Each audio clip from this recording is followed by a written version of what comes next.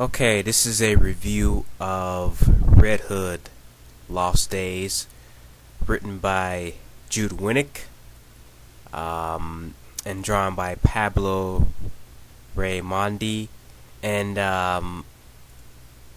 it's also drawn by Jeremy Hahn.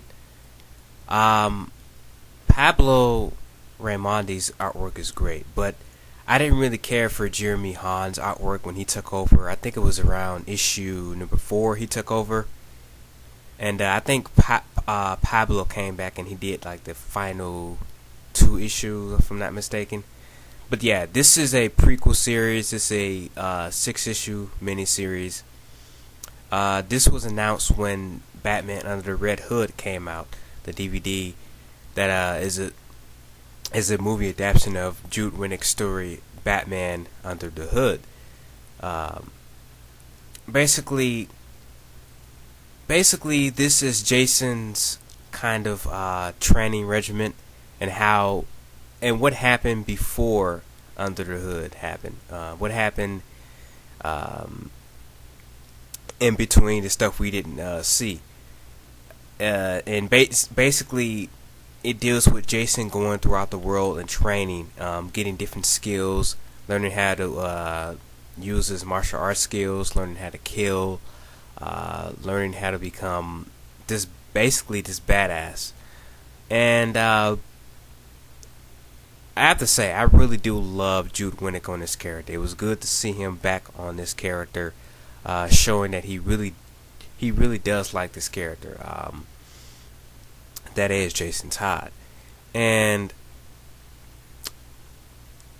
Jude Winnick is if I'm not mistaken, in some interviews, Jude Winnick has always said that Jason is basically supposed to be a great character. He's not supposed to be good or evil. He's supposed to be a great character.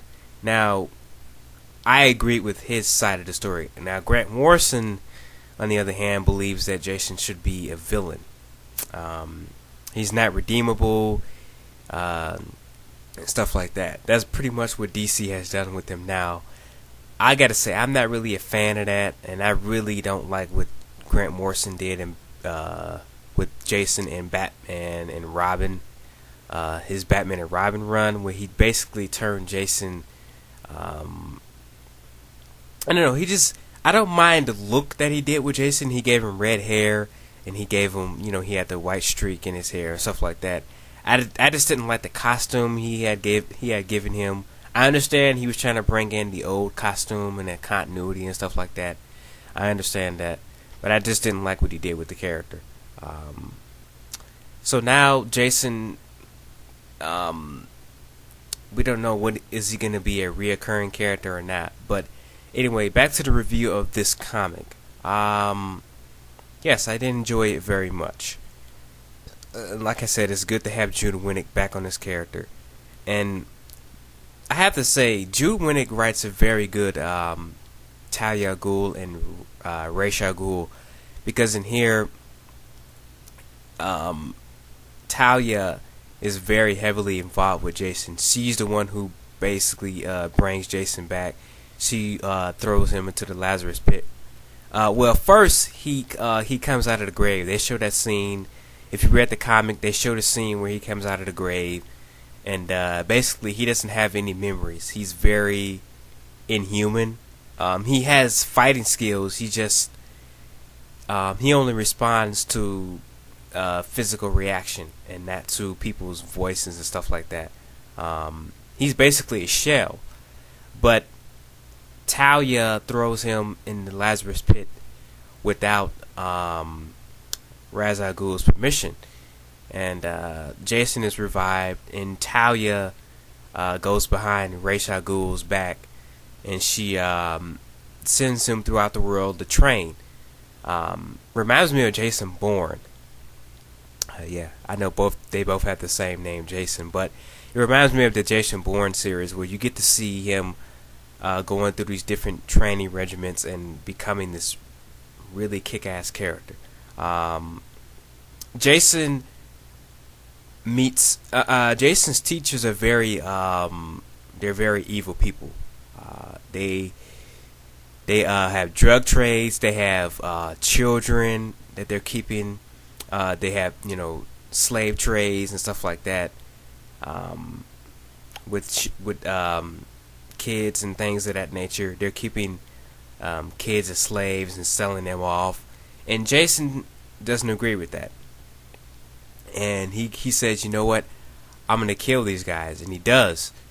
And there's a really cool scene where where one of his masters is like, you're gonna betray me? You think you can beat me up? I taught you how to throw a couple punches, and you think you can take me on? And Jason's like, yeah. And Jason's like, no, that's why I poisoned your drink. And he poisons the guy, and he shoots him in the feet, and he kills him. I was like, that was awesome. Just showing what a badass Jason is, and using his head as well throughout these different situations, because each master he meets, in some way he doesn't like them. They're all these really scummy people, and we really get to see that Jason is not a villain. He's, like I said, he's a great character. He doesn't mind getting his hands dirty and killing these people. And his ultimate goal is to kill the Joker. He wants to get good enough so that he can be able to kill the Joker, and if possible, if Batman gets in his way, he can take Batman on without any trouble. And there's this one scene where he comes up to the Batmobile, and he has to approach it in a certain way, and he has to disarm it in a certain way so he can put a bomb on it, just in case Bruce gets in his way. And the way he does, the way he kind of disarms the car and stuff like that is really cool. Again, very Jason Bourne. Like, I get the feeling Jude Winnick is a fan of the Jason Bourne series, movie series. If anybody knows what I'm talking about, the series with Matt Damon in it, the movie series with Matt Damon. The cover art is really cool for these.